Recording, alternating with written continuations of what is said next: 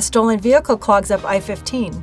A fire burns down a house in Iron County. And the Red Cliffs Utah Temple's open house is coming soon. You're watching St. George News at 5. Good afternoon, I'm Christy Langenheim.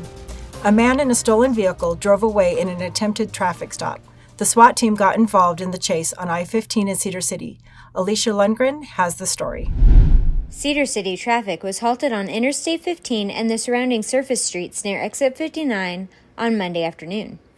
A man who was reportedly in a stolen vehicle fled law enforcement in Washington County, moving into Cedar City shortly after noon. The Utah Highway Patrol and Iron County Sheriff's Office set spikes in the road near mile marker 54, where the man hit them. He was taken into custody by the Iron County Metro SWAT team. Traffic began moving again around 2:30 p.m., and onlookers took the opportunity to get a sneak peek at the scene. Thanks, Alicia. An early morning fire burned down a residence in Iron County on Tuesday. Jeff Richards has more on the story. A fire destroyed a home in a rural area west of Parowan early Tuesday morning.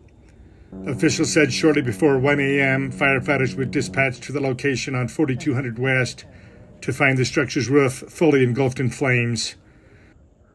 A woman who'd been inside was able to make it out safely.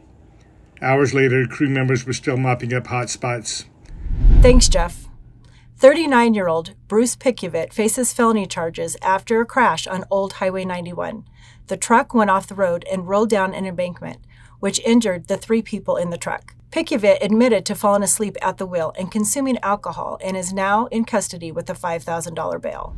A St. George judge suspends 22-year-old Alvis Dawson's prison sentence so that he can be sent back to Florida, where he faces charges of grand theft auto.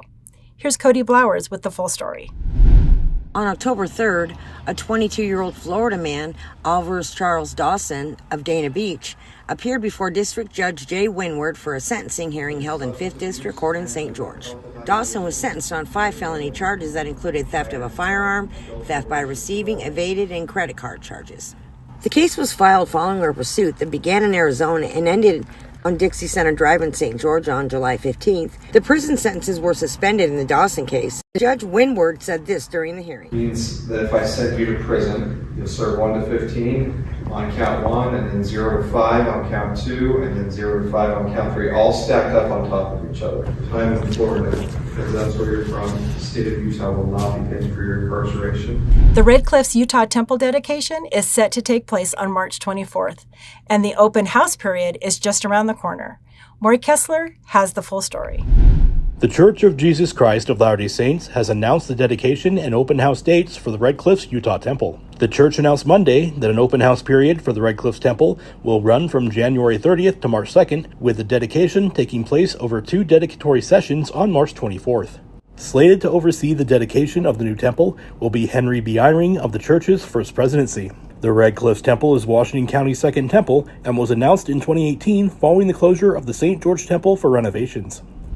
Thank you for watching St. George News at 5. I'm Christy Langenheim with St. George News, your #1 source for local news. This has been St. George News at 5.